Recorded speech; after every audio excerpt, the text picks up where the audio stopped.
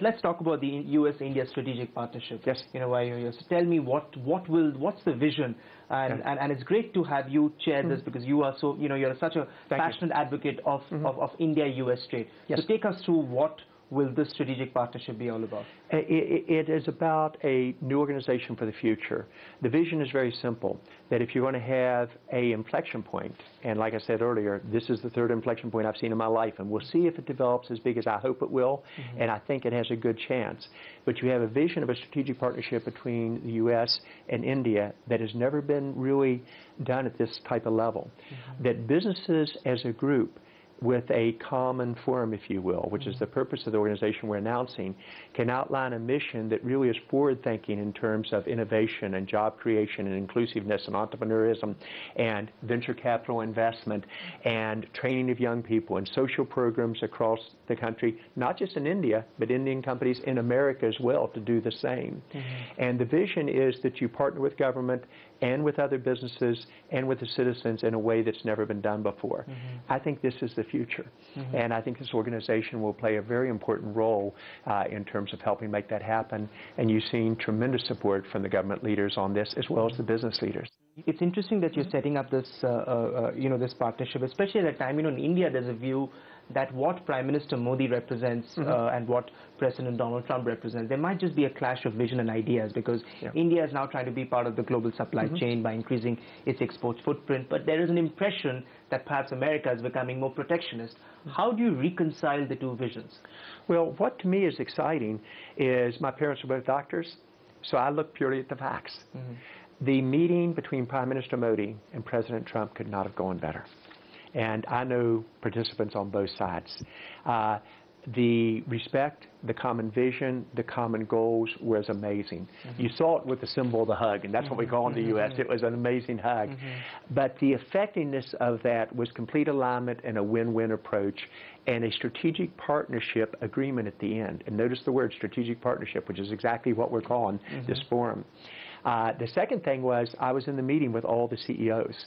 And when Prime Minister Modi met with the CEOs, and he went around and asked every CEO first what were their goals and how could he help, and then he went back and commented on every one of the 20 of us, how it aligned. And 3 years ago, first, he wouldn't have got anywhere near that turnout. Secondly, the people would have said nice things and not expected much back. Now, everyone in that room is going to bet on India and the U.S. together winning.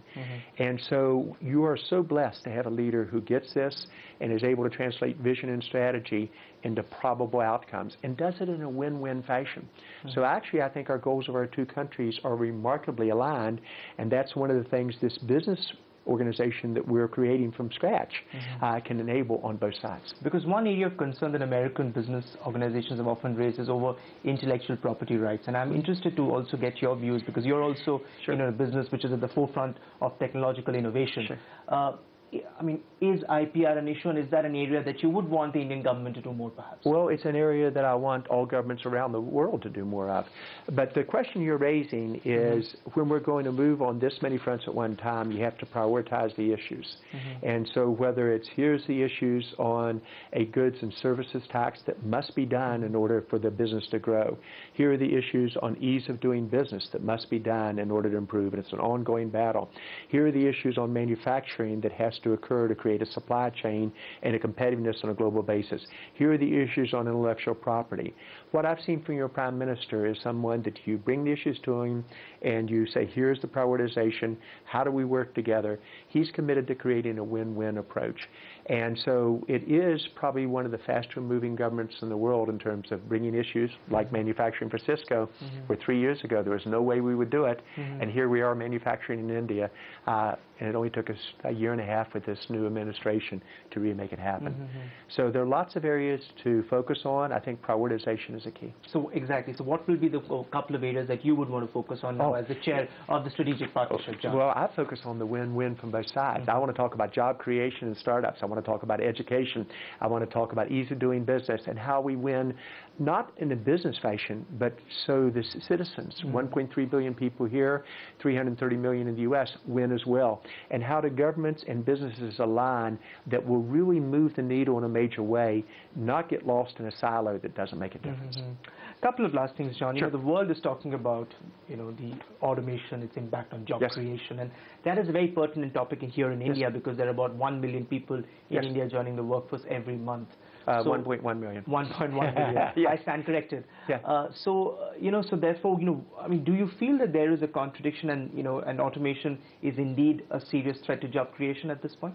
Well, I think you're asking a very complex question, but I'm not going to dodge it at all. On the one hand, I think when you go through a digitization, of which artificial intelligence, machine learning, natural language processing are part, you're going to have tremendous efficiencies in new business models. And make no mistake about it, a Lyft, an Uber are new business models. They're technology models first, they just happen to be sharing assets like the car. Probably will generate over 1 million jobs alone in those two companies in India, as well as Indian startups in this category. At the same time, as you make these changes, you have to accelerate the number of startups. That is true in India and in the U.S., and France understands that as well as Israel. So to really create the 1 million jobs going to 1.1, going to 1.2, going to 1.5, you've got to have much more startup activity. And so you've got to say, how do you make the changes that allow India to not just be a good startup nation, but the best in Asia?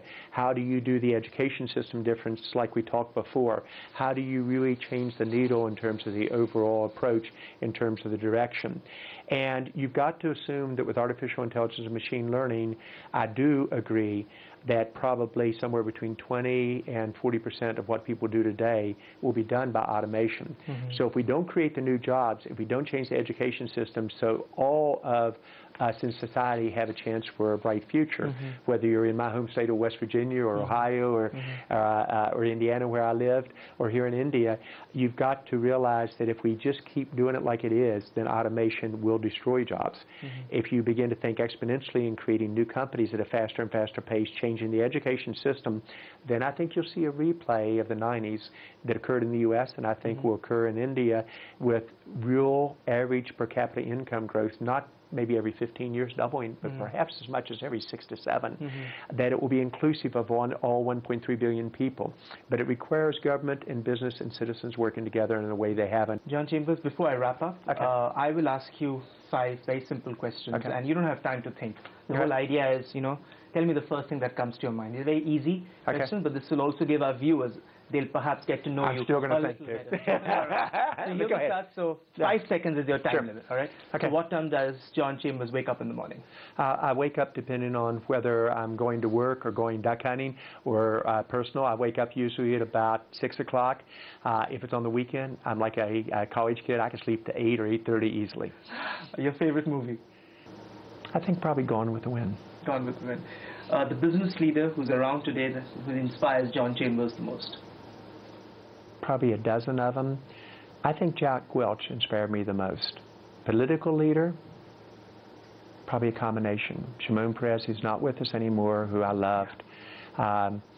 President Clinton, even though I'm a Republican, I think he was very inspiring in terms of the direction. Henry Kissinger, who I love and learn from all the time. Your idea of an ideal Sunday? Time with the family, the grandkids, and time with my startups. One thing about John Chambers that nobody but John Chambers knows? Just something might come as a surprise. I love being a grandparent. I love my granddaughter who's 8 and my grandson who's 4. And I love startups because it's kind of like having grandkids that you can coach and they listen to you and then you give them back to management at the end of the day. Your favorite food? Steaks. An Indian who inspires you the most today?